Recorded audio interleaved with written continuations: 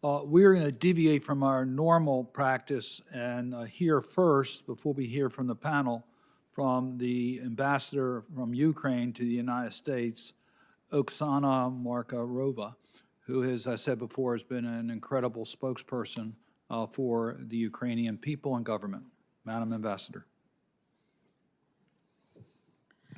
Dear Commission members, dear ladies and gentlemen, dear Chairman, thank you very much for having me here today. After Russia attacked us in 2014 and illegally occupied Crimea and illegally occupied part of Donetsk and Lugansk Oblast, Ukraine was no threat to anyone. And even though we had all the legal rights to reclaim our territorial integrity and independence, we only used diplomatic tools to do so. And that didn't stop Russia. And on 24th of February, as you know, they brutally attacked us again, this time from north, east, south, this time from the air, and today is the 28th day of this brutal war that a nuclear power, large country, autocratic regime is waging on free, peaceful, and independent Ukraine. This, as your chairman rightfully said, is not only an attack on Ukraine, it's a brutal violation of all the norms of international law, including the UN Charter and the final Helsinki Act. Ukrainians have made our choice. We would like to be free, independent. We would like to be part of European Union. We would like to be part of transatlantic community. We would like to simply peacefully live in our own country. And this attack is to prevent us from doing so. So what is happening in Ukraine is not only about Ukraine. Of course, it's the people of Ukraine who suffered today, but it affects everyone. And the very foundation of the world rule-based order, as we all knew and respected it after the World War II, has been under attack today. We believe, unfortunately, that Russia will not stop in Ukraine, and they say so publicly. That is why it's the job for Ukraine, but all civilized world, to actually contain this threat and stop this war while it's still local in Ukraine.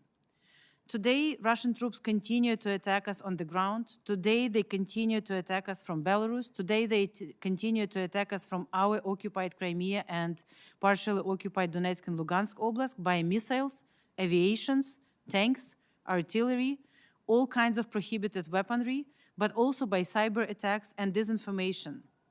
When their blitzkrieg that they probably initially planned failed, they resorted to terror. And we see it on a daily basis on the all TV channels here, how they are specifically targeting civilians, killing women, killing children, destroying unnecessary civilian infrastructure, actually targeting specifically kindergartens, schools, churches, museums. To date, we already have 3.5 million refugees to the west that left Ukraine through the western border, primarily women and children, but we also have totally 10 million people who were forced to leave their houses. We have mass graves in the outskirts of Kyiv and Mariupol, something that we thought we would never see in Europe after the World War II. The most painful thing is that 121 children are killed today, 176 wounded, 548 educational institutions completely destroyed, schools and universities. 72 of them do not exist. There is nothing on the ground where they stood.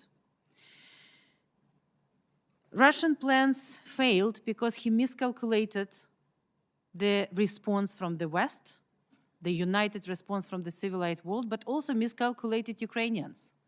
Our President Zelensky, our armed forces, every Ukrainian is defending our country. We will do so, and we will not get tired, and we will not stop, and we will not surrender, because this is the only home we have, and we will defend it until the victory.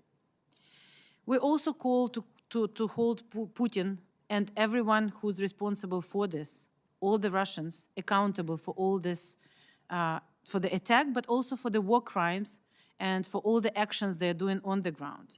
So as you know, on February 26, Ukraine submitted our application to International Court of Justice, and on March 16, they already ordered Russia to immediately stop the invasion. On March 1st, the European Court of Human Rights also indicated to Russia to refrain from any military attacks against civilians and civilian objects.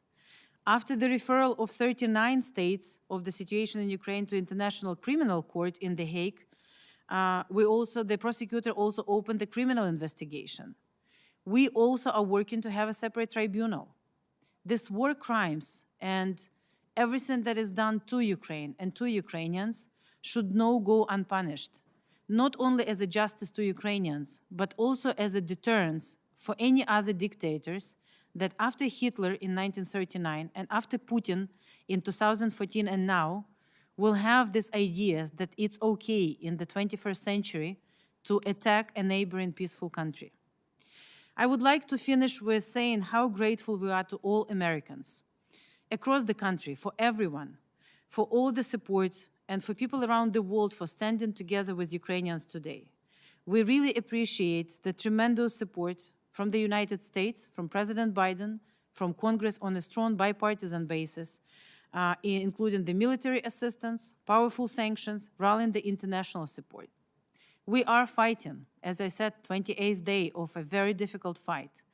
And as our president says, we need all the tools in order to finish this and in order to defend our country. So while we are grateful for everything we have received, we all need to do more. We all need to do more to stop Putin. We all need to do more to help us to defend our country.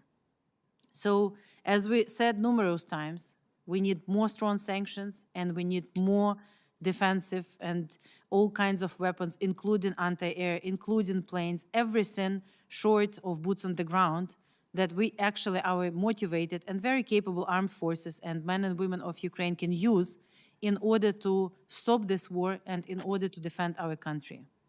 Special thank you to this Commission, to US Congress and administration for standing with Ukraine in this critical time. Today, Ukrainians are united. Today, the civilized world is united, and only together we can win this war and prevent it from happening again. God bless America and glory to Ukraine, and thank you very much. Well, Madam Ambassador, please express our strong, unified support to provide whatever you need to defend yourself, and that we will continue to participate in humanitarian assistance, and we continue to look at ways that we can hold those responsible accountable, including sanctions and the war crimes that they have committed. So please express that to your leaders and your people, and know that our doors are always open as we stand together in this fight for freedom.